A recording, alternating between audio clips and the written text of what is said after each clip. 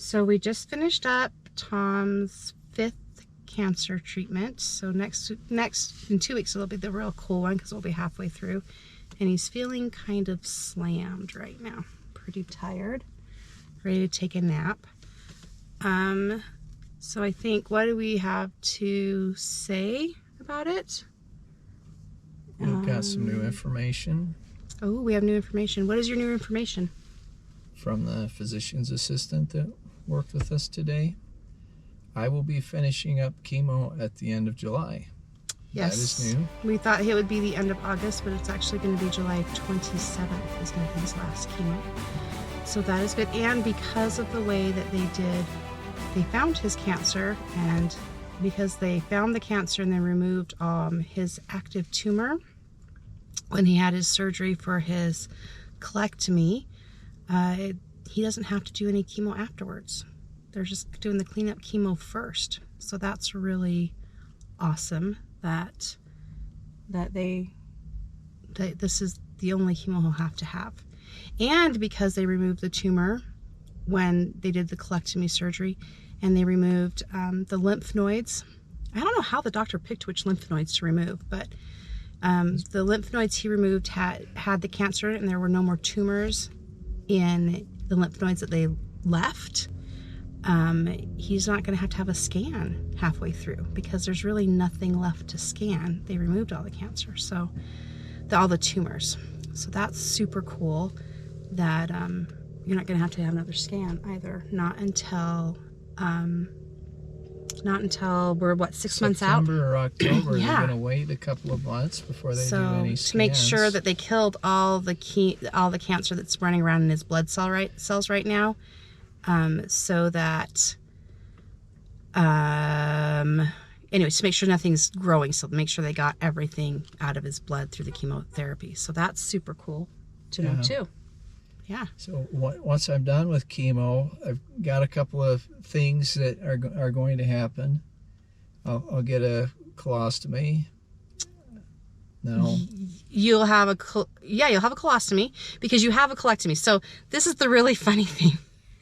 He went in and he had a total colectomy and he has colon cancer and he's never had a colonoscopy. So that just tells you that you probably should all go in and get that when you hit like 43, I think is the new age that insurance will cover it. If you are experiencing any kind of problems, I wouldn't wait. It is not worth going through this. Yes. Just trust me on this. If your body's not responding right, go get checked out by a GI doctor. Yeah. So it's really funny that he went in for emergency. Well, he went in anyways. He went into the hospital and they thought it was diverticulitis and ended up being colon cancer, but he had stage 3 colon cancer.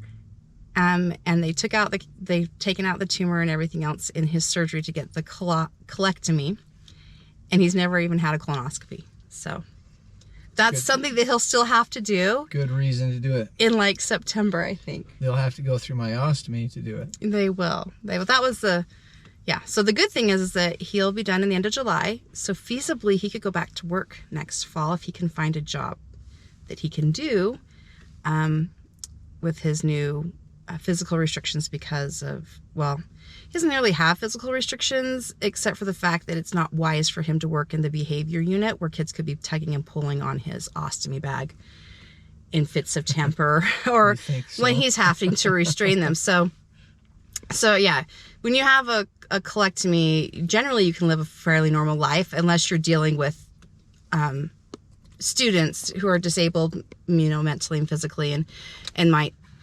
behaviorally and might feel it's necessary to yank it out of your body when they're angry, or try to yank it out of your body when they're angry. So that's, he can't go back to the behavior unit. So, but it's good to know that you can go back next fall.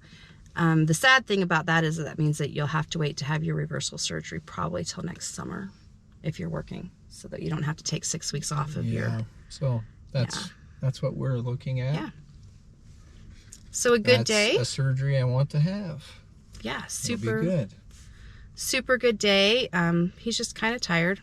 So I think the surgeon, when we went in, he's like, okay, this is how it's going to work. And he's like, you'll go to chemotherapy and then you'll go home and your wife will pour you into your bed. So we're going to go home and I will pour him into his bed and he'll rest for a couple of days and do some oils probably tomorrow night when it's the worst. Get you some energy. I think we've observed something interesting this last time with the oils and not having the oils. I chose not to have the oils this time. Wouldn't let me. And what did you observe from that? Well, what did you observe first? Well, I felt like it took me a day or two longer to somewhat recover, because you don't really fully recover when you're going through chemo, but where I could function better.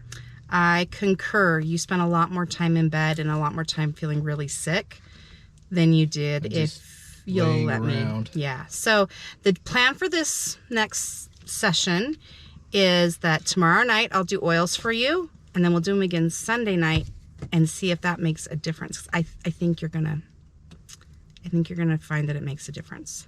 So anyway, we'll let you know. Yeah. Fannie Mae's doing what it's got to be doing right now for the next 46 hours, and then I'll take this chemo pump back. That's the name of your pump. We all know that's the name of your pump. If you're new to the channel. Yeah.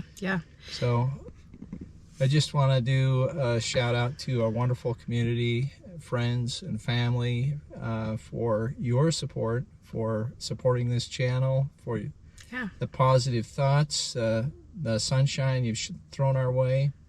We appreciate that. I think we'll make another video probably tonight. We've got to go check on the kids, and when they're quieted down, maybe we'll talk about difficulty receiving gifts, because Tom doesn't have as much of a difficulty with it as I do, and I think he wants to talk about that. So we'll see. We delve deep into my psyche, or I just cover it. Yeah, we'll see where that goes. Anyway, it's definitely been a learning process. It is.